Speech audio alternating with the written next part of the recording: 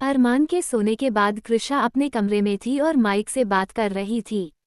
कृषा को अरमान के घर पर गए 24 घंटे से भी ज्यादा का टाइम हो चुका था और बीते वक्त में काफी कुछ हो गया था। माइक ने उन सब के बारे में कृषा को बता दिया था और साथ ही ये भी कि आदित्य सिंघानिया कृषा और जाह्नवी के अरमान के विला में होने की बात जानते हैं। माइक ने आज रात को कृषा को विला से बाहर निकालने के लिए कहा। उसके कमरे के बाहर खड़े अरमान ने उनकी सारी बातें सुन ली। कृषा की बातें सुनने के बाद अरमान वापस अपने कमरे में आया और खुद से कहा, तो अब आदित्य सिंघानिया भी इसमें इन्वॉल्व हो रहे हैं। बहुत मजा आएगा जब पूरी सिंघानिया फैमिली मेरे विला के अंदर आकर इकट्ठा हो जाएगी। फिर तो दादू को भी यहाँ होना चाहिए और मेरी बुआ को भी। आखिर तमाशा देखने के लिए पब्लिक भी होनी चाहिए।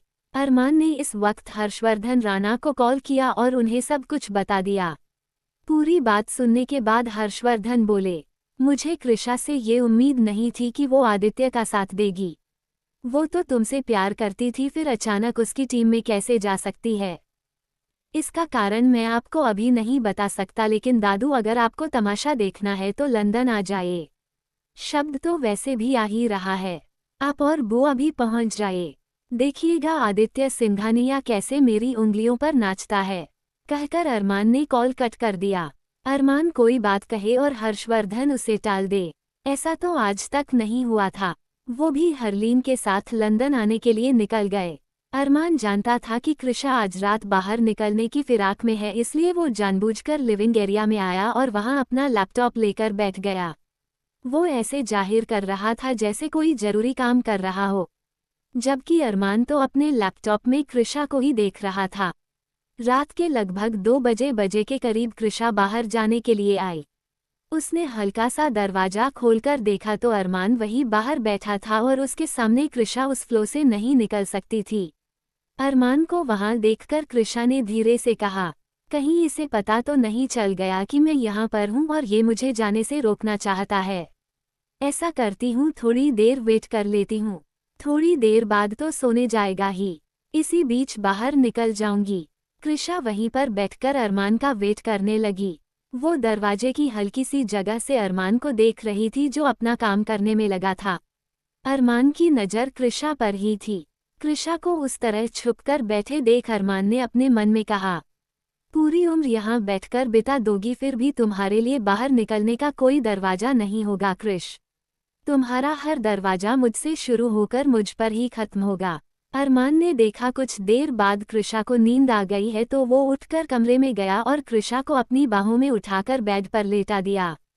कृषा इस वक्त गहरी नींद में थी, इस वजह से उसे एहसास भी नहीं हुआ कि अरमान ने उसे थाम रखा है। कृषा को लेटने के बाद अरमान उसके चेहरे पर झुका हुआ था और गौर से देख रहा था। कृषा को देखते हुए अरमान अपने मन में बोला, ऐसे लगता है जैसे वक्त बिता ही ना हो और तुम बिल्कुल वैसे की वैसे मेरे सामने आ गई हो, लेकिन कैसे भूल सकता हूँ वो 2.5 साल जो मैंने तुम्हारे बिना बिताए थे। तुम चाहती तो मेरे पास आ सकती थी लेकिन नहीं आई। तुम तो ऐसी नहीं थी, तुम्हें तो कुछ नहीं चाहिए था, फिर अचानक से तुम्हें सब पाने का लालच कहाँ से आ गया कृष? पहले ही मांग लिया होता। मुझे तुम्हें देने में दिक्कत नहीं थी, लेकिन इस तरह जंग नहीं छेड़नी चाहिए थी। अरमान कृषा से बहुत प्यार करता था, लेकिन इस वक्त उसके दिल में सिर्फ इसी बात का गुस्सा था कि कृषा उसके पास लौटकर क्यों नहीं आए, और अब अगर आ भी गई है तो आदित्य सिंघानिया का साथ क्यों दे रही है। कृषा को वहीं पर छोड़कर अरमान लिविंग रूम में वापस आ गया और वहां काउच पर लेट गया। वहीं माइक कृषा के सोने के बाद उससे कांटेक्ट करने की कोशिश कर रहा था, लेकिन कृषा गहरी नींद में थी, इस वजह से वो माइक को रिस्पांस नहीं कर पाई। अगली सुबह अरमान की जल्दी आंख खुल गई थी। वो उठकर नीचे गया तो उसे हया दिखाई दी, जो वहां क्लीनिंग कर रही थी। उसे देखते ही अरमान उसके पास गया। वही अरमान को अपने पास आता देख हया डर के मारे पीछे खिसकने लगी। अरमान हया के पास जाकर सर्द लहजे में बोला, कब से जानती हो तुम इस बात को कि कृष यहीं पर है? कहीं तुमने ही तो उसे यहाँ अंदर आने में हेल्प नहीं की? सुना है यहाँ काम करने वाले किसी आदमी ने कैमरास के कोड लीक कर दिए, जिसकी वजह से कैमरा हैक हो गए थे। बोलते हुए उसने रिवॉल्वर हया के गाल पर रखी। डर के मारे हया की आंखों में आंसू आ गए। वो सुबकते हुए बोली, मैं नहीं जानती और ना ही मैंने उनका साथ दिया। मेरा यकीन मानिए मैं ऐसा कर ही नहीं सकती। कल जब मैं ऊपर सफाई करने गई तो मैंने भी वास टूटने की आवाज़ सुनी। वो खुद ही कमरे को खुला देखकर उसके अंदर आ गई थी। आप उनसे प्यार करते हो इस वजह से मैंने उनके साथ दिया। काफ़ी अच्छी स्टोरी है, अरमान ने रिवॉल्वर हटाते हुए कहा। अपने ड्रामे को कंटिन्यू रखो। उसे पता नहीं चलना चाहिए मैं उसके बारे में जानता हूँ। जाकर ऊपर उसके लिए खाना लेकर जाओ और ये बोलना तुम्हें उसकी फिक्र है इसलिए खाना लेकर आई ही, लेकिन एक बात याद रखना, अगर गलती से भी क्रिश यहाँ से गायब हुई तो मैं तुम्हारी जान लेने से पहले 1 मिनट के लिए भी नहीं सोचूंगा। हया ने हाँ में सिर हिलाया और वहां से भागकर चली गई। उससे बात करने के बाद अरमान बाहर की तरफ जा रहा था तभी उसे शब्द दिखाई दिया, जो वहां पहुंच गया था। शब्द के चेहरे पर कोई भाव नहीं था। हर बार जब वो अरमान के पास आता था तो उसे प्यार से हग करता था, चाहे ये अरमान को पसंद हो या ना हो। इस बार शब्द अरमान के पास आकर बिना किसी भाव के बोला, कहाँ है वो, मुझे उससे मिलना है। अरमान शब्द के चेहरे की तरफ देख रहा था, जो अपने पीछे न जाने कितने दर्द छुपाए हुए था। अरमान को इस तरह दर्द और तकलीफ सहने की आदत थी, लेकिन शब्द को उसके चाचा चाची ने कहीं प्यार से पाला था। उसे तकलीफ में देखकर अरमान ने गुस्से में अपनी मुठ्ठियां बांध ली और शब्द को अपने पीछे आने का इशारा किया। अगली सुबह अरमान उठकर नीचे गया और हया को सब कुछ समझाने के बाद वो अर्जुन से मिलने जा ही रहा था कि तभी उसे सामने शब्द मिला। शब्द लंदन आ चुका था और इस वक्त वो जानवी से मिलने के लिए बेचैन हो रहा था। शब्द का बर्ताव काफी बदला हुआ था। पहले जब भी वो अरमान से मिलता था तब काफी प्यार से बात करता था, उसका हाल चाल पूछता था, लेकिन अब वहां आते ही शब्द ने सबसे पहले जानवी से मिलने की इच्छा जाहिर की। अरमान ने उसे कुछ नहीं कहा और अपने पीछे आने का इशारा किया। वो दोनों जानवी के कमरे में जा रहे थे। जानवी के कमरे के बाहर आते ही अरमान ने कहा, अपने इस गुस्से को ऐसे ही बरकरार रखना, कहीं ऐसा ना हो कि उसके सामने जाते ही तुम सब भूल जाओ। मुझे तुमसे सीखने की जरूरत नहीं है, शब्द ने आंखें घुमाकर कहा और फिर अंदर जाने लगा। शब्द दरवाजा बंद करता उससे पहले अरमान भी अंदर आ गया था। अरमान को अंदर देखकर शब्द ने सिर हिलाकर कहा, मुझे इससे अकेले में बात करनी है, लेकिन मुझे तुम दोनों की बातें सुननी है। वो क्या है ना, मुझे दूसरों की लड़ाई झगड़ा देखना कुछ ज्यादा ही पसंद है। तो देखना चाहता हूँ कि तुम अपनी तकलीफों का बदला जानवी चौधरी से कैसे लेते हो। अरमान ने कंधे उचकाकर जवाब दिया और वहां से जाने से मना कर दिया। शब्द ने आगे कुछ नहीं कहा। वो जानवी की तरफ पलटा तो जानवी अभी भी गहरी नींद में सोई हुई थी। शब्द एकटक जानवी के चेहरे को देख रहा था। आखिर वो भी इतने टाइम बाद जानवी से मिला था। वही जानवी को इतने आराम से सोया हुआ देखकर अरमान ने गहरी सांस लेते हुए कहा, ये दोनों लड़कियां ही अजीब है। यहाँ मौत के मुंह में बैठी है, लेकिन इन्हें टाइम टू टाइम सोना भी है और खाना भी चाहिए। अरमान ने फिर शब्द के चेहरे की तरफ देखा, जिसे देखकर साफ था कि वो जानवी को काफी सुकून भरी निगाहों से देख रहा था। शब्द के चेहरे के एक्सप्रेशंस देखकर अरमान ने धीरे से कहा, मुझे इसे यहाँ बुलाना ही नहीं चाहिए था, कहीं ये मेरा प्लान खराब ना कर दे। अब मुझे एंजल वाली फील आ रही है, जिसने दो बिछड़े हुए प्यार करने वालों को मिला दिया है। अरमान की बातें सुनकर शब्द ने उसकी तरफ देखकर कहा, ऐसा कुछ नहीं है, मैं अभी भी इससे गुस्सा हूँ, बस मुझे किसी को नींद से जगाना अच्छा नहीं लगता। कोई बात नहीं, तुम्हारा ये काम भी मैं कर देता हूँ, अरमान ने इविल स्माइल करते हुए कहा और फिर जानवी के पास रखी पानी की बोतल को उठाया। शब्द समझ गया था अरमान क्या करने जा रहा है। वो उसे रोकता उससे पहले अरमान ने वो बोतल जानवी के मुंह पर उड़ेल दी थी। अपने मुंह पर इतना पानी एक साथ गिरने पर जानवी हड़बड़ा कर खड़ी हुई। उसे सामने अरमान दिखाई दिया तो वो चिढ़ते हुए बोली, तुम्हारी प्रॉब्लम क्या है? मैं तुम्हारी होस्टेज हूँ तो कम से कम चैन से सोने तो दो। तुम्हें मुझसे कोई काम करवाना है क्या? नहीं ना, फिर क्यों हर 2 घंटे बाद मेरे सिर पर आकर खड़े हो जाते हो तुम? अरमान ने जानवी की बात का कोई जवाब नहीं दिया, बल्कि उसने अपने हाथ से शब्द की तरफ इशारा किया। जानवी ने जल्दी से दूसरी तरफ देखा तो शब्द खड़ा था। उसके उधर देखते ही अरमान एक्साइटेड होकर बोला, सरप्राइज। शब्द को देखकर जानवी जल्दी से खड़ी हो गई। अचानक इस तरह उसे अपने सामने पाकर जाह्नवी की नजरें नीचे हो गई। वो खड़ी होकर शब्द के पास जाने लगी। जैसे ही जाह्नवी पास आई, शब्द 2 कदम पीछे हट गया। अरमान वहां हाथ बांधे उन दोनों को गौर से देख रहा था। जाह्नवी के पास आते ही शब्द ने तेज आवाज में कहा, अरमान बाहर जाओ, मुझे जाह्नवी से अकेले में बात करनी है। लेकिन मैं नहीं जाऊंगा, मैंने तुम्हें पहले ही कहा था, मुझे सब कुछ अपनी आंखों के सामने देखना है, वरना देखने को तो मैं इस रूम के फुटेज भी देख सकता था। अरमान ने सिर हिलाकर कहा। उसने एक बार फिर बाहर जाने से साफ मना कर दिया था। शब्द समझ गया था कि अरमान वहां से नहीं जाएगा, अब उसे ही कुछ करना होगा। उसने जाह्नवी की कलाई को कसकर पकड़ा और उसे खींचते हुए बाहर ले जाने लगा। उन्हें देखकर अरमान ने तिरछा मुस्कुराते हुए कहा, बेबी ब्रदर तुम्हें इतना गुस्सा कब से आने लग गया? चलो ये भी सही है, अब मैं कह सकता हूँ तुम मेरे ही भाई हो, मेरे जुड़वा भाई, बिल्कुल मेरी तरह। अरमान उनके पीछे नहीं गया और अपने आईपैड में सीसीटीवी फुटेज देखने लगा। उसने देखा शब्द जाह्नवी को लेकर गार्डन एरिया में गया है। वहाँ कैमराज तो लगे हुए थे लेकिन दूर दूर लगे होने की वजह से वॉइस सिस्टम इतना एडवांस नहीं था। अरमान ने फुटेज बंद कर दिया। अब उसे उनकी बात सुनने में कोई इंटरेस्ट नहीं था। वही शब्द जाह्नवी को लेकर गार्डन एरिया में आ गया।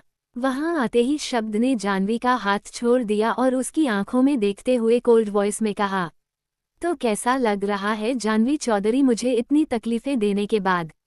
शायद अरमान ने तुम्हें ठीक से बताया नहीं होगा कि तुम्हारे जाने के बाद मेरे साथ क्या कुछ नहीं हुआ।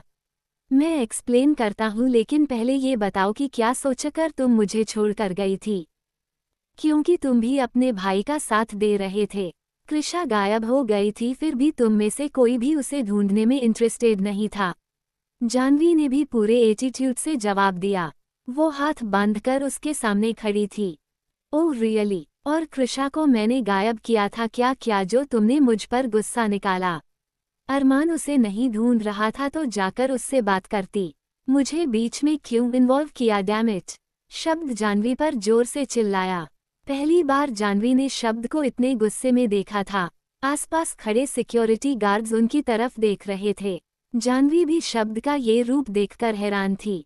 उसने धीरे से कहा, देखो मुझसे इस तरीके से बात मत करो।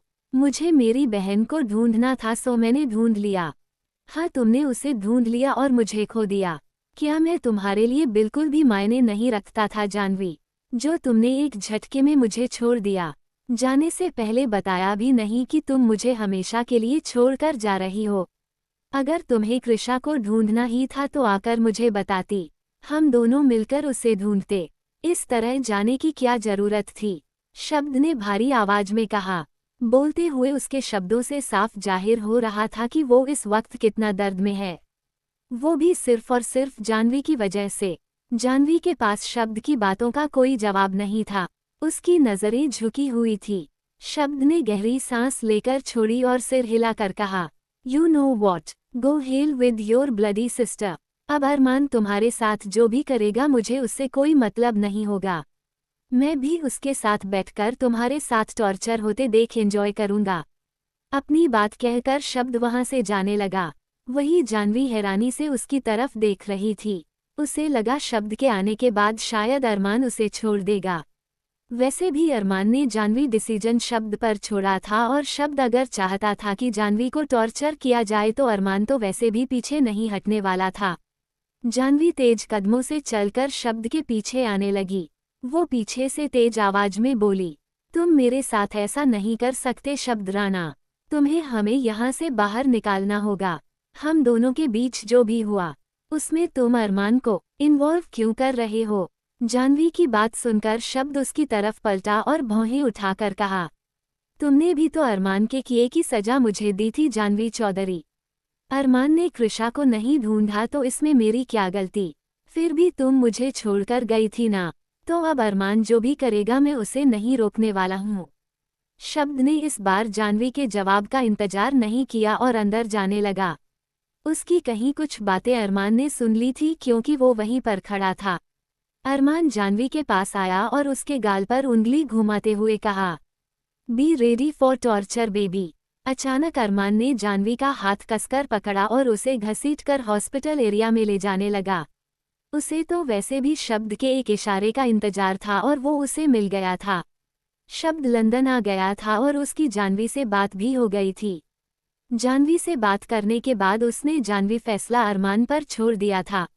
शब्द जानवी से इतना नाराज था कि अब उसे जानवी को अरमान के टॉर्चर करने से भी कोई फर्क नहीं पड़ रहा था, बल्कि वो तो यही चाहता था। शब्द का इशारा मिलते ही अरमान जानवी को टॉर्चर करने के लिए ले जाने लगा। वहीं ऊपर हया कृषा के लिए खाना लेकर गई। उसे ऐसा करने के लिए अरमान ने ही कहा था। हया को खाने के साथ देखकर कृषा ने हैरानी से पूछा, तुम मेरे लिए खाना लेकर क्यों लाई हो? कहीं अरमान ने देख लिया तो तुम बेवजह मुसीबत में आ जाओगी। चलो तुम जाओ यहाँ से, मैं अपना देख लूंगी। कृषा ने उससे खाना लेने से साफ मना कर दिया। वो नहीं चाहती थी उसकी वजह से हया के ऊपर कोई भी मुसीबत आए। कृषा की बातें सुनकर हया ने अपने मन में बड़बड़ा कर कहा, मुसीबत तो मेरे ऊपर आ चुकी है, वो भी आपकी वजह से। अगर मैंने अब आपका ठीक से ख्याल नहीं रखा तो मेरी मुसीबतें और बढ़ सकती है। हया को चुपचाप देखकर कृषा ने फिर कहा, शायद तुम्हें मेरी बात सुनाई नहीं दी है, चली जाओ यहाँ से। गलती से भी अरमान यहाँ पर आ गया तो हम दोनों ही पकड़ी जाएंगी।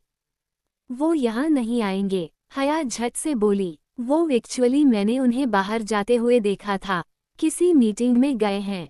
मेरे जाने के बाद से आपने ठीक से कुछ खाया नहीं होगा, बस यही सोचकर आपके लिए खाना ले आई थी। घबराए मत मैडम, मुझे किसी ने नहीं देखा। बोलते हुए हया ने खाने की ट्रे कृषा के सामने कर दी।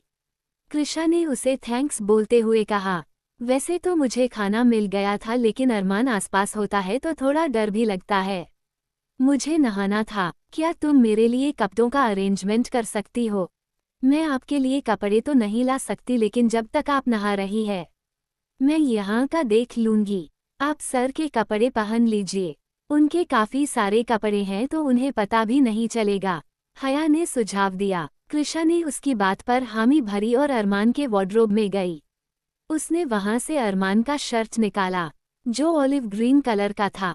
उसे लेकर कृषा नहाने के लिए चली गई। हया उसका बाहर इंतजार कर रही थी। कुछ ही देर में कृषा नहाकर बाहर आ गई थी और फिर वो ब्रेकफास्ट कर रही थी। ब्रेकफास्ट करते हुए अचानक कृषा को जानवी की याद आई। माइक ने कहा था कि जानवी कृषा को बचाने के लिए यहाँ आई है, इसलिए कृषा ने हया से पूछा, अच्छा हया, क्या अरमान ने जानवी को पकड़ लिया है? I mean जानवी, मेरी बहन, जो पहले मेरे साथ यहाँ आई थी, क्या तुमने उसे देखा? कृषा का जानवी के बारे में पूछने पर हया थोड़ी हड़बड़ा गई। कल ही अरमान ने उसे पकड़ा था और हया को भी साफ हिदायत दी थी कि वो कृषा के सामने सच न आने दे। हया ने तुरंत ना में सिर हिलाकर कहा, नहीं, उन्होंने तो किसी को नहीं पकड़ा है। तो क्या तुमने जानवी को देखा? कृषा ने आगे पूछा। मैंने उन्हें नहीं देखा लेकिन कल एक नई मेड आई थी, वो तो अफ्रीकन है, क्या वही जानवी मैडम है? हया ने अनजान बनते हुए पूछा। आखिर उसका काम भी यही था, अनजान बनने का दिखावा करना। कृषा ने कुछ पल सोचा और फिर कहा, मुझे इस बारे में नहीं पता, हो सकता है वो किसी और तरीके से अंदर आई होगी, इस बारे में किसी को मत बताना। फिर कृषा ने बदलते हुए कहा, अच्छा हया, तुमने बताया था अरमान विला में नहीं है और किसी वजह से बाहर गया है, क्या तुम मेरी यहाँ से निकलने में हेल्प कर सकती हो?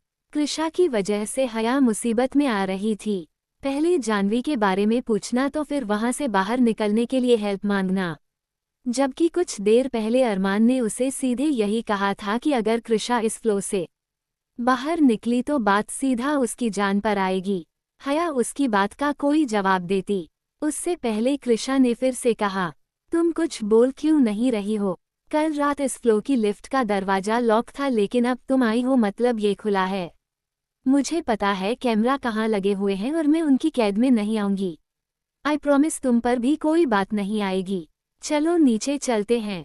कृषा ने बाहर निकलने का पूरा प्लान बना लिया था। वो अपनी जगह से खड़ी हुई और हया का हाथ पकड़कर बाहर की तरफ जाने लगी, तभी हया ने उसका हाथ झटक कर कहा, मैं यहाँ से चली जाती हूँ, उसके बाद आप देख लीजिएगा, प्लीज ऐसा मत कीजिए, कहीं ऐसा ना हो कि सच पता चलने पर वो मुझे मार दे। हया नहीं चाहती थी कि कृषा आगे कुछ और पूछकर उसे इमोशनली इस बात के लिए मजबूर करे कि वो कृषा की बाहर निकलने में मदद करें। अपनी बात कहकर हया तुरंत वहां से भागकर चली गई। इस वक्त उसके दिल की धड़कनें बढ़ी हुई थी और उसे डर भी बहुत लग रहा था। हया के जाते ही कृषा ने गहरी सांस लेकर छोड़ी। उसने इधर उधर देखा तो कोई नहीं था, यहाँ तक कि कोई गार्ड भी नहीं। कृषा ने हल्का मुस्कुराते हुए कहा, तुम्हारा इतना केयरलेस होने की वजह क्या है अरमान? वजह चाहे जो भी रही हो, लेकिन मुझे भगाने का मौका मिल गया और उसके लिए तुम पछताने वाले हो।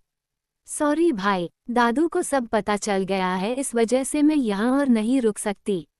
इस बार मैं आपको साथ लेकर नहीं जा सकती, बट आई प्रोमिस जल्द ही मैं आपको यहाँ से निकाल लूँगी।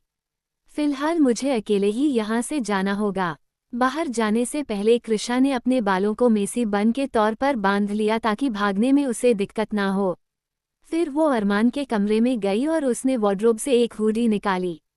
कृषा ने उसे पहनकर उसकी कैप लगा ली थी ताकि जल्दी से कोई उसका चेहरा ना देख सके। अरमान नीचे जानवी के साथ बिजी था तो वही मौका देखकर कृषा फ्लो से बाहर निकल आई थी।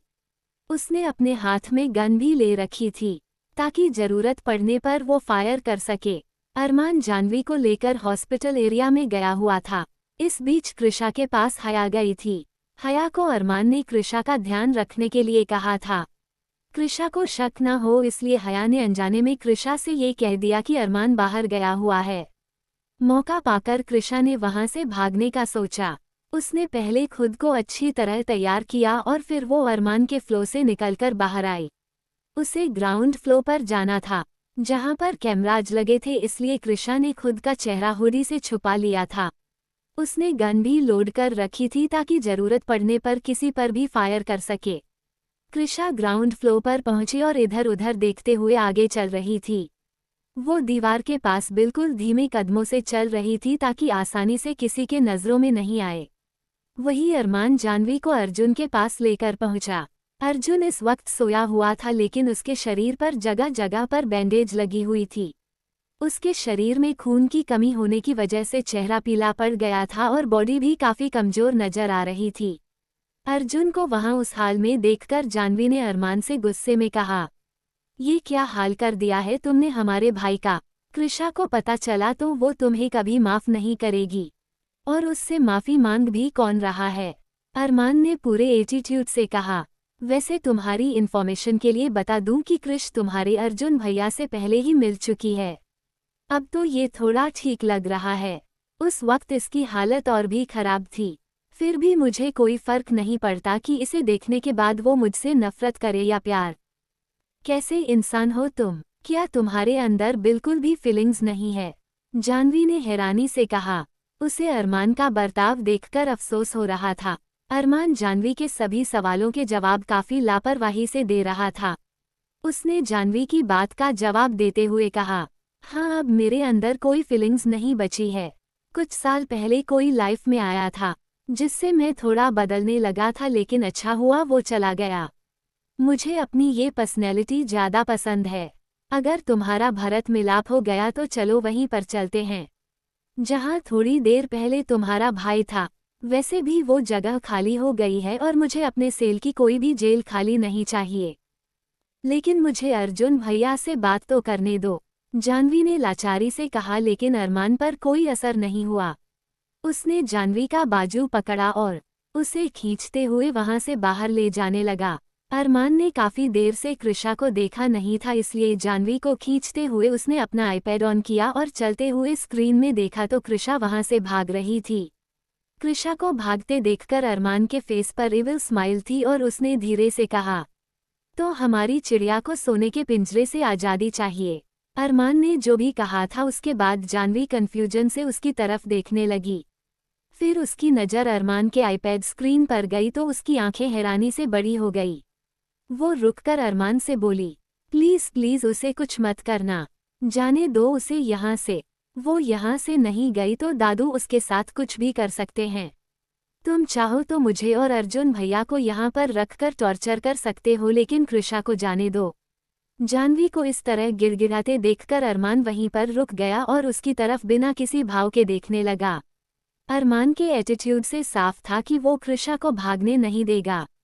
इसलिए जाह्नवी ने तेजी दिखाते हुए अरमान का हाथ अपने हाथ से अलग किया और उसका आईपैड लेकर दीवार पर दे मारा ताकि वो कृषा की लाइव लोकेशन ना जान सके। जाह्नवी की इस हरकत पर अरमान सर्द आवाज में बोला, क्या लगता है जाह्नवी चौधरी, तुम्हारी इस हरकत पर तुम्हें मैं क्या सजा दे सकता हूँ?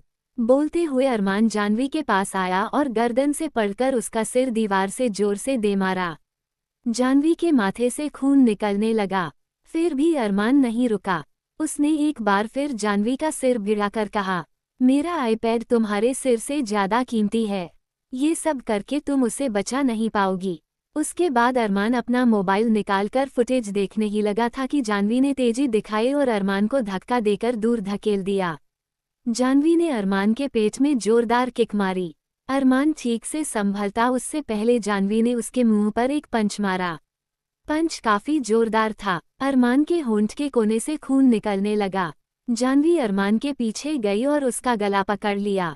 उसने अरमान को काफी कस के पकड़ रखा था। ऐसी सिचुएशन में भी अरमान हंस रहा था। अरमान को हंसते देखकर जाह्नवी ने हौंफते हुए कहा, लगता है इतनी मार पड़ने के बाद पागल हो गए हो अरमान राणा, तभी हंस रहे हो। मुझे इन सब से कोई फर्क नहीं पड़ता, चाहे तो और मार सकती हो, लेकिन सोच रहा हूँ इसके बाद तुम तीनों भाई बहनों का क्या हाल होगा। अरमान हंसते हुए बोला। जाह्नवी कुछ करती उससे पहले अरमान ने पीछे से जाह्नवी को जोरदार किक मारी और जाह्नवी का बैलेंस छूट गया। उसने अरमान का गला छोड़ दिया था कि अरमान ने जाह्नवी के पास आकर उसका गला पकड़ा और उसे उल्टा घसीटने लगा। जाह्नवी को घसीटते हुए अरमान उसका गला दबा रहा था। ऐसे लग रहा था जैसे गुस्से में अरमान अभी उसकी जान ले लेगा। अरमान जाह्नवी को घसीटते हुए ग्राउंड के बीचों बीच ले पहुंचा। कृषा वहां से निकलने की फिराक में थी, लेकिन गार्ड्स के चलते हुए उसे रुकना पड़ा था। कृषा ने जैसे ही अरमान को जाह्नवी का गला पकड़े हुए देखा, उसके चेहरे पर पसीने की बूंदें थी। अरमान के बर्ताव को देखकर लग रहा था कि वो अभी जाह्नवी की जान ले लेगा। वही जाह्नवी भी झटपटा रही थी। कृषा ने नोटिस किया अरमान के कपड़े भी बेतरतीब हो रखे थे, उसके बाल बिखरे हुए थे। इससे वो समझ गई कि अरमान और जाह्नवी के बीच अच्छी खासी फाइट हुई है। उन दोनों को देखकर कृषा ने धीरे से कहा, शायद अरमान को जाह्नवी के यहाँ होने का पता चल गया। आई होप इसे सिर्फ जाह्नवी के यहाँ होने का पता हो। इससे पहले कि मामला बिगड़े मुझे यहाँ से जाना होगा। सो सॉरी जाह्नवी, तुम संभाल लेना। अरमान तुम्हें जान से तो कभी नहीं मारेगा। जाह्नवी और अरमान की फाइट देखकर सभी सिक्योरिटी गार्ड्स वहां इकट्ठा हो गए और उन्होंने जाह्नवी पर बंदूक तान ली। अरमान ने उन सबको गन हटाने का इशारा करते हुए जोर से चिल्लाकर कहा, यहाँ मेरे पास खड़े होने के बजाय सिक्योरिटी पर ध्यान दो। कोई भी इधर उधर नहीं होना चाहिए। मेन गेट की सिक्योरिटी बढ़ा दो। वहां शोर होते देखकर शब्द भी उस तरफ आया। उसने देखा जमीन पर जाह्नवी गिरी हुई थी और अरमान उसका गला पकड़कर उसे दबा रहा था। जाह्नवी को सांस लेने में दिक्कत होने लगी थी और वो अरमान को खुद से दूर करने की कोशिश कर रही थी। इस चक्कर में जाह्नवी का पूरा मुंह लाल हो गया था और वो हौंफ रही थी। शब्द जल्दी से अरमान के पास आया और उसे रोकते हुए कहा, ये क्या कर रहे हो अरमान? इसकी जान चली जाएगी, छोड़ो इसे। बोलते हुए शब्द अरमान के पास आया और उसे जाह्नवी से अलग करने लगा। अरमान ने जाह्नवी को तो छोड़ दिया था, लेकिन अब वो शब्द को सर्द निगाहों से देख रहा था। शब्द ने जैसे तैसे करके जाह्नवी को खड़ा किया और उसकी पीठ सहलाने लगा। वही सिक्योरिटी गार्ड के दूसरी तरफ जाने पर कृषा को अच्छा मौका मिल गया था। वो भागते हुए दरवाजे के पास पहुंच चुकी थी। जैसे ही अरमान ने सभी गार्ड्स को वापस अपनी अपनी पोजीशन लेने को कहा, सब जाने लगे। कृषा वहीं दरवाजे के पास छुप गई। अब वो एक स्टेप दूर थी, जहां उसे सिर्फ दरवाजे से बाहर ही निकलना था।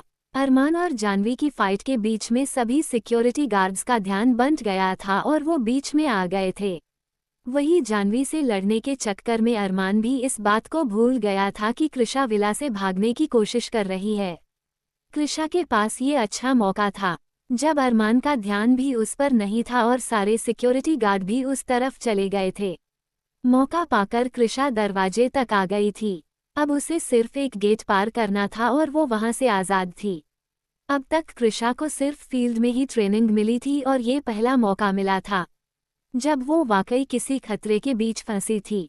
भगाने के बाद कृषा एक जगह पर छुपकर दरवाजे के कुछ दूर पर बैठी थी। इतनी ठंड में भी कृषा के चेहरे पर पसीने की बूंदें थी। वो भागने की वजह से हौंफ रही थी। कृषा ने गहरी सांस लेते हुए कहा, यहाँ तक आने का मौका मिल गया है तो बाहर में निकल ही जाऊंगी। बस थोड़ा इंतजार और करना होगा। आई विश कि मैं माइक से कांटेक्ट कर सकूं ताकि वो मेरे लिए हेल्प भेज दे। गेट से बाहर निकलने के बाद भी अरमान की टेरिटरी से निकलना आसान नहीं होगा। कृषा ने इधर उधर देखा तो आसपास कोई नहीं था। उसने अपनी वॉच को ऑन किया और माइक के लिए एक वॉइस नोट भेजते हुए कहा, हे माइक, मैं अर्जुन भैया और जानवी को नहीं बचा पाई। आई नो दादू उन्हें कैसे भी करके निकाल लेंगे, लेकिन मैं मेन गेट तक आ गई हूँ। मैं अब तक कैमराज की नज़रों में नहीं आई हुई हूँ। प्लीज़ कुछ भी करके मेरी यहाँ से बाहर निकलने में हेल्प कर दो। मैसेज भेजने के बाद कृषा ने तुरंत अपनी वॉच को बंद कर दिया ताकि माइक का जवाब आने पर कोई और सुन ना ले। वैसे भी वो जानती थी कि माइक उसका मैसेज तुरंत चेक कर लेगा। वो पूरे दिन कंप्यूटर स्क्रीन के आगे रहता था। कृषा का मैसेज माइक के कमरे में गूंज रहा था और माइक वहां सिर झुकाकर खड़ा था।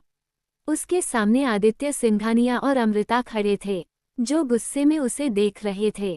कृषा का मैसेज उन्होंने सुन लिया था। मैसेज सुनने के बाद आदित्य ने कहा, चलो उस लड़की को कुछ तो अक्ल। इतने सालों में कुछ और ना सही वो अपना अच्छा बुरा सोचने के लायक बन गई। वरना मुझे लगा था अरमान के पास जाने के बाद वो वापस नहीं आएगी। उनकी आवाज़ सख्त और तेज थी, जिससे साफ जाहिर था कि वो इस वक्त कितने गुस्से में है। अमृता ने आदित्य की बात के जवाब में कहा, ये टाइम गुस्सा करने का नहीं है। हमें कृषा को कुछ भी करके वहां से निकलना होगा। रही बात जानवी और अर्जुन की, तो उनके लिए हम अरमान से किसी चीज़ को लेकर नेगोशिएशन कर सकते हैं। और वो चीज़ का मतलब तुम्हारे लिए कृषा तो नहीं है ना? आदित्य ने अमृता की तरफ देखकर सर्द आवाज में कहा, हाँ, मेरा मतलब कृषा से ही है। अमृता ने सीधे सीधे जवाब दिया, अगर आपको अपने सातों पढ़ावों वापस चाहिए तो आपको कृषा को अरमान के पास एक बार के लिए भेजना ही होगा। अरमान काफ़ी स्मार्ट है और पहले से ही इस तरह की सिचुएशन के लिए तैयार था। तभी उसने सातों पड़ावों की सिक्योरिटी अपनी और कृषा के हिसाब से फिक्स की थी। हाँ, ये बात अलग है कि इस बार कृषा अरमान के प्यार के चलते वहाँ नहीं बल्कि हमारे मिशन के चलते अरमान के करीब जाएगी। तभी तो हमने कृषा को तैयार किया था। अमृता की बात सुनकर आदित्य चुप हो गए। उनका इरादा यही था कि वो कृषा को अपने लिए तैयार करके अरमान के पास भेज सके। उन्होंने अमृता की बात पर हामी भरते हुए कहा, वो बात की बात है और कृषा जिस तरह से वहां से निकल कर आ रही है, इससे साफ है कि इतने कम वक्त में भी उसने अपनी ट्रेनिंग अच्छे से पूरी की है। आदित्य अब बातों में और टाइम वेस्ट नहीं करना चाहते थे। उन्होंने माइक की तरफ देखकर कहा, अरमान की सिक्योरिटी को हैक करो। मैं और अमृता अपने आदमियों के साथ उसके विला तक पहुंचते हैं। कुछ आदमियों को भेजो ताकि वो गेट के आगे के सिक्योरिटी गार्ड्स का ध्यान भटका सके और कृषा वहां से निकल सके। मुझे इस बार कोई रिस्क नहीं लेना है। मुझे कृषा सही सलामत वापस चाहिए और उन्हें शक भी नहीं होना चाहिए। माइक ने आदित्य की बात पर हामी भरी। वो आदित्य के बताए हुए काम पर लग चुका था। अमृता और आदित्य बाकी की चीज देखने लगे। आखिर उन्हें अगले 1 घंटे में कृषा को बचाने के लिए अरमान के विला तक पहुंचना था। वही अरमान के विला में अरमान से जानवी को बचाने के बाद शब्द ने अरमान पर चिल्लाकर कहा, मैंने तुमसे ये नहीं कहा था कि तुम इसकी जान ही ले लो। और तुम दोनों इस तरह जंगली जानवरों की तरह लड़ क्यों रहे हो? तुमने मुझे इसके साथ कुछ भी करने की इजाज़त दी थी। उसके अंदर इसकी जान लेना भी आता है। आगे से मेरे मामले में इंटरफेयर मत करना, अरमान ने धीमी लेकिन सख्त आवाज में कहा। फिर उसने जानवी की तरफ देखा। जानवी के चेहरे पर एविल स्माइल थी। वो जानती थी इतनी देर में कृषा दरवाजे तक पहुंच गई होगी। जानवी को स्माइल करते देखकर अरमान ने कहा, इतना खुश होने की जरूरत नहीं है जानवी चौधरी। दरवाजे तक ही पहुंची होगी, उससे बाहर कभी नहीं पहुंच पाएगी। अरमान राणा की परमिशन के बिना तो बिल्कुल नहीं। बोलते हुए अरमान ने शब्द की तरफ देखकर कहा, अब अगर तुमने हम दोनों के बीच में आने की कोशिश की तो इससे पहले मैं तुम्हारी जान लूंगा baby brother. And you know very well I can do this. शब्द सवालिया नजरों से अरमान की तरफ देख रहा था। वो हैरानी से बोला, तुम दोनों किसके बारे में बात कर रहे हो? कौन से दरवाजे तक पहुंचा होगा? अगले 5 मिनट में पता चल जाएगा, अरमान ने जवाब दिया और फिर जानवी का गला पकड़कर उस पर अपने हाथ में रिवॉल्वर ले ली। अरमान जानवी का हाथ पकड़कर उसे मैनन गेट तक लेकर आया। वो जानता था कृषा यहीं कहीं छपी हुई है। इस वक्त वो गेट के आसपास बीचों बीच खड़ा था ताकि कृषा उसे अच्छे से देख सके, तो वही कृषा का ध्यान भी अरमान की तरफ चला गया था। अरमान ने जानवी की तरफ गन पॉइंट करके कहा, अलविदा जानवी चौधरी। अरमान ने फिर फायर किया। गोली जानवी के हाथ को छूकर निकली थी। जानवी दर्द से जोर से चिल्लाई तो वही कृषा ने डर के मारे अपने दोनों कानों पर हाथ रख लिया और आंखें बंद कर ली थी। कृषा ने आंखें खोलकर देखा तो जानवी जमीन पर पड़ी हुई थी और अरमान ने अब गन को उसके माथे के बीचों बीच पॉइंट कर रखा था। अरमान ने गन पॉइंट की। वो फायर करने वाला ही था कि कृषा दौड़कर बाहर आई और उसने अरमान को धकेलकर दूर कर दिया। अरमान ने फायर कर दिया था लेकिन निशाना चुकने की वजह से गोली दरवाजे को जाकर लगी थी। अरमान और कृषा नीचे जमीन पर गिरे हुए थे और एक दूसरे की आंखों में देख रहे थे। अरमान के चेहरे पर इविल स्माइल थी। वही उनके पास खड़ा शब्द हैरानी से इस पूरे सीन को देख रहा था। कृषा अरमान के विला से लगभग भाग ही चुकी थी। वो बस एक स्टंप दूर थी। जब उसे मेन गेट से बाहर निकलना था, कृषा ने अपने लिए माइक से मदद भी मांग ली थी, तो वही अरमान ने कृषा को रोकने के लिए अपना पूरा जोर लगा दिया। वो जानवी को गेट के पास लेकर आया और उसे शूट कर दिया। अरमान ने अपनी पहली गोली जानवी के कंधे पर चलाई थी। गोली सिर्फ जानवी को छू कर ही निकली थी। दूसरी गोली वो जानवी के माथे के बीचों बीच मारने वाला था। अरमान का निशाना चूक गया था क्योंकि कृषा बीच में आई और उसने अरमान को दूर धकेल दिया। कृषा और अरमान जमीन पर गिरे हुए थे। दोनों एक दूसरे की आंखों में देख रहे थे। गोली चलने की आवाज सुनकर शब्द दौड़ कर आया। उसने देखा जानवी के कंधे पर गोली लगी हुई थी और वो जमीन पर अपने घाव को पकड़कर बैठी थी। शब्द ने जानवी को अपनी गोद में उठाया और उसकी आंखों में देखकर धीरे से कहा, कुछ नहीं होगा, ओके, हम अभी हॉस्पिटल जा रहे हैं। वो तुम्हारी गोली निकाल देंगे और तुम ठीक हो जाओगी। जानवी को तसल्ली देने के बाद शब्द जल्दी से हॉस्पिटल में आया और डॉक्टर को बुलाने लगा। डॉक्टर ने जानवी का जख्म देख लिया था, फिर भी उसने नामे सिर हिला कर कहा, सॉरी मिस्टर राणा, जब तक बिग बॉस नहीं कह देते मैं इनका ट्रीटमेंट नहीं कर सकता। इनका इलाज करने के लिए आपको सर से परमिशन लेनी होगी। गुस्से में शब्द ने डॉक्टर का कॉलर पकड़ लिया और उस पर चिल्लाकर बोला, तुम पागल हो गए हो? यहाँ ये दर्द में तड़प रही है और तुम्हें परमिशन की जरूरत है। अगर अरमान तुम्हें कुछ कहे तो तुम मुझे आगे कर देना, लेकिन इसका इलाज तो करो। शब्द के चिल्लाने पर डॉक्टर जानवी का इलाज करने पर मजबूर हो गया। वहीं बाहर कृषा अभी भी अरमान के ऊपर गिरी हुई थी और दोनों एक दूसरे की आंखों में देख रहे थे। कृषा अरमान के ऊपर से उठने को हुई तभी अरमान ने उसे कमर से पकड़ा और नीचे जमीन पर गिरा दिया। अरमान अब कृषा के ऊपर था और उसने कृषा की आंखों में देखते हुए सर्द लहजे में कहा, क्या लगा था कृष इतनी आसानी से मेरी टेरिटरी में आकर तुम यहाँ से निकल पाओगी? अभी तो तुम्हें तुम्हारी की गलतियों की सजा भी मिलनी है। तड़पना है, जितना मैं तड़पा था। मेरे दर्द का एहसास करना है। अरमान प्लीज मुझे जाने दो, अगर मैं नहीं गई तो दादू सब बर्बाद कर देंगे। कृषा ने काफी रिक्वेस्टिंग वे में कहा। अरमान पर अब किसी बात का कोई असर नहीं हो रहा था।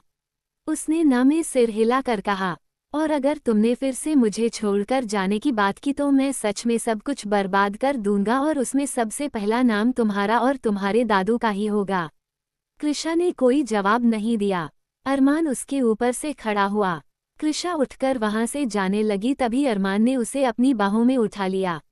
अरमान कृषा को अंदर लेकर जा रहा था जबकि कृषा उसे छोड़ने के लिए हाथ पैर मार रही थी। ये सब करके कोई फायदा नहीं है कृष। पहले भी मैं तुम्हें होस्टेज बनाकर ही लेकर आया था, लेकिन तुम्हारी मासूमियत ने मेरा दिल जीत लिया था। तुम्हारे इतने झूठ और बाकी गलतियां, हमारी दुश्मनी को नज़रअंदाज करके मैंने तुमसे दिल से प्यार किया था, पर तुम उसके लायक ही नहीं हो। सो जिसके लायक हो वो तुम्हें मिल जाएगा। अरमान गुस्से में बोला। उसके तेवर देखकर कृषा समझ गई थी कि अरमान बहुत ज्यादा गुस्से में है और इतनी आसानी से उसे माफ नहीं करेगा। मेरी मजबूरियां थी अरमान, लेकिन तुम भी तो नहीं आए, कृषा ने खुद को सख्त करके कहा। कृषा की बात सुनकर अरमान के कदम वहीं रुक गए। वो उसकी आंखों में देखकर कोल्ड वॉइस में बोला, मैं नहीं आ सकता था तो तुम तो आ सकती थी ना। चलो मान लिया तुम नहीं आ सकती थी, लेकिन अब आकर भी मुझसे छुप रही थी। इसका मतलब क्या समझूं मैं कृषा सिंघानिया? क्या बगावत करनी है तुम्हें मुझसे? हाँ करनी है मुझे बगावत, क्योंकि मुझे मेरा सब कुछ वापस चाहिए जो तुमने प्यार का नाम लेकर मुझसे छीन लिया था अरमान राणा। कृषा गुस्से में बोली। वो जानती थी कि अगर अरमान से प्यार से बात की तो वो उसे जाने नहीं देगा। इस वजह से वो उससे रूखे तरीके से बात कर रही थी। इस बार अरमान ने कृषा की बात का कोई जवाब नहीं दिया। अब अरमान के कदम उसके फ्लो पर आकर ही रुके थे। फ्लो पर आने के बाद अरमान कृषा को अपने रूम में लेकर गया और उसे बेड पर पटक दिया। कृषा बेड पर गिरी हुई थी और अरमान उसे गौर से देख रहा था। उसने अरमान का शर्ट और उसी की हुडी पहनी हुई थी। अरमान इस तरह देखने पर कृषा अनकंफर्टेबल फील कर रही थी।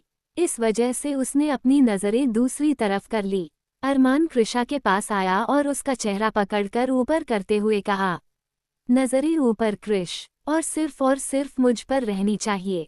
कृषा नम आंखों से अरमान को देखते हुए बोली, जो भी हुआ वो काफ़ी अनफॉर्चुनेट था, लेकिन उसमें मेरी कोई गलती नहीं थी। अरमान तुम मुझे क्यों सजा दे रहे हो? मेरे चक्कर में तुमने भाई की भी कैसी हालत कर दी। क्या तुम्हें एक बार भी उन पर दया नहीं आई? कृषा अब गुस्सा छोड़कर अरमान से अपने बीते सालों के बारे में बात करने लगी। अरमान ने अभी भी कृषा का चेहरा कस के पकड़ रखा था। उसने कृषा की आंखों में देखते हुए कहा, नहीं मुझे किसी पर दया नहीं आई, क्योंकि मैं ऐसा नहीं हूँ। मैंने उस घटिया इंसान से बस इतना ही जानना चाहा कि मेरी वाइफ कहाँ है। उसने जवाब नहीं दिया तो मेरा रिएक्शन आना तो नॉर्मल सी बात है। तुम्हारे दादू को मैंने कॉल किया था, उन्हें बोला था कि मैं अर्जुन को छोड़ दूंगा, पर उन्होंने अर्जुन के बजाय तुम्हें चुना। इसमें मेरी कोई गलती नहीं है। अगर किसी से सवाल पूछना ही है तो जाकर अपने दादू से पूछो। कृषा को इस बात का पता नहीं था। जब आदित्य और अरमान की बात हुई थी तब वो बेहोश थी और अब तक आदित्य ने उसे यही कहा था कि अरमान ने बदला लेने के लिए अर्जुन को किडनैप कर रखा है। अरमान की बातें सुनकर कृषा के चेहरे पर हैरानी के भाव थे। अरमान कृषा का चेहरा पढ़ सकता था। उसने कड़वाहट से मुस्कुराते हुए कहा, तो उन्होंने तुम्हें इस बारे में कुछ नहीं बताया? उनसे और कोई उम्मीद भी नहीं की जा सकती है। पता है कृषा, तुम्हारी फैमिली ने हमेशा से हमें धोखा दिया है। कहानी का एक पहलू देखो तो हम विलन नजर आते हैं। पहले तुम्हारे पापा को मेरी बुआ के साथ शादी करने के लिए फोर्स करना, बाद में तुम्हारे मॉम डैड की शादी हो जाने के बाद सारे रिश्ते तोड़ देना, तो बाद में तुम्हें किडनैप करके मेरा तुमसे शादी करना। शादी के बाद अलग हो गए तो अर्जुन को किडनैप करके टॉर्चर करना। अगर तुम इस कहानी को किसी को सुनाओगी तो सब यही बोलेंगे कि हाँ राणा फैमिली कल्प्रिट है। अरमान राणा सच में एक डेविल है, लेकिन दूसरा पहलू कोई जानना ही नहीं चाहता। ठीक वैसे ही तुम अपने दादू की आधी अधूरी बातें सुनकर मुझे गलत समझ रही हो। इस बार अरमान ने गुस्से में कृषा का चेहरा छोड़ दिया था। उसका चेहरा दूसरी तरफ था और वो गहरी सांस लेकर अपना गुस्सा शांत करने की कोशिश कर रहा था। कृषा की नज़रें झुकी हुई थी। वो समझ नहीं पा रही थी अरमान को क्या जवाब दे। तभी अचानक अरमान उसकी तरफ पलटा और कोल्ड वॉइस में बोला, ओके फाइन, तुम्हें तुम्हारे दादू के पास जाना है, मैं भेज दूंगा, और साथ ही उन्हें वो 7 पड़ाव चाहिए तो वो भी मिल जाएंगे। बस तुम्हें मेरी एक इच्छा पूरी करनी होगी, फिर उसके बाद हम दोनों एक दूसरे का चेहरा कभी नहीं देख पाएंगे। अरमान अपना सब कुछ दांव पर लगाने के लिए तैयार था और उसे कृषा भी नहीं चाहिए थी। ये देखकर कृषा को हैरानी हुई कि आखिर अरमान क्या मांगने वाला है। बताओ तुम क्या चाहते हो? कृषा ने अरमान की तरफ देखते हुए धीरे से पूछा। वैसे काफी हैरानी की बात है, तुम अपना सब कुछ छोड़ने के लिए तैयार हो, मुझे भी छोड़ रहे हो। मुझे लगा तुम मुझसे प्यार करते हो, लेकिन तुम्हारे लिए मुझसे भी जरूरी कुछ है। क्या है वो चीज़ मैं जानना चाहती हूँ। तुम्हें क्या चाहिए अरमान? मेरा बच्चा, बस और कुछ नहीं, अरमान ने सीधे सीधे जवाब दिया। जिसे सुनकर कृषा के चेहरे का रंग उड़ गया और वो खोई हुई नजरों से अरमान की तरफ देख रही थी। अरमान कृषा को लेकर अपने कमरे में गया था, जहां पहले दोनों के बीच बहस हुई। आखिर में अरमान ने कृषा के सामने एक ऐसी रखी जिसे सुनकर कृषा भी हैरान थी। अरमान ने कृषा से कुछ ऐसा मांगा था जिसके बदले में वो अपना सब कुछ छोड़ने के लिए तैयार था, यहाँ तक कि अपनी माफिया किंग की पोजीशन भी। कृषा ने उस चीज के बारे में पूछा तो अरमान ने अपने बच्चों का नाम लिया था। अरमान के मुंह से बच्चे का नाम सुनकर कृषा को झटका सा लगा और वो खोई हुई नजरों से उसकी तरफ देखने लगी। कृषा ने कोई जवाब नहीं दिया तो अरमान उसके पास आया और एक बार फिर तेज आवाज में बोला, Krish, I am asking for something. पाने को तो मैं उसे अपने तरीके से भी हासिल कर सकता हूँ, लेकिन मुझे वो सब नहीं करना है। I want my kid. मुझे तो ये भी नहीं पता वो लड़का है या लड़की। अरमान की आवाज सुनकर कृषा का ध्यान टूटा। अरमान जैसे जैसे बोल रहा था वैसे वैसे कृषा की आंखों से आंसू बह रहे थे। कृषा उठकर जाने लगी, तभी अरमान ने उसका हाथ कसकर पकड़ा और खींचकर अपने करीब कर लिया। अरमान ने कृषा की तरफ देखकर गुस्से में कहा, यू कांट इग्नोर मी कृष। मैंने बोल दिया मुझे मेरा बच्चा चाहिए। सीधे सीधे दे दो वरना सच में मेरी तरफ से एक जंग शुरू हो जाएगी। नहीं है। कृषा रोते हुए नामे सिर हिलाकर इतना ही बोली। अरमान हैरानी से उसकी तरफ देख रहा था। उसने कृषा से पूछा, क्या नहीं है कृष? जवाब दो मुझे, क्या नहीं है?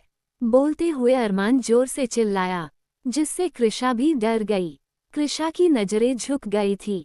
उसने सुबकते हुए धीरे से कहा, बच्चा नहीं है अरमान, मेरा मिसकैरेज। कृषा ने इतना ही कहा था।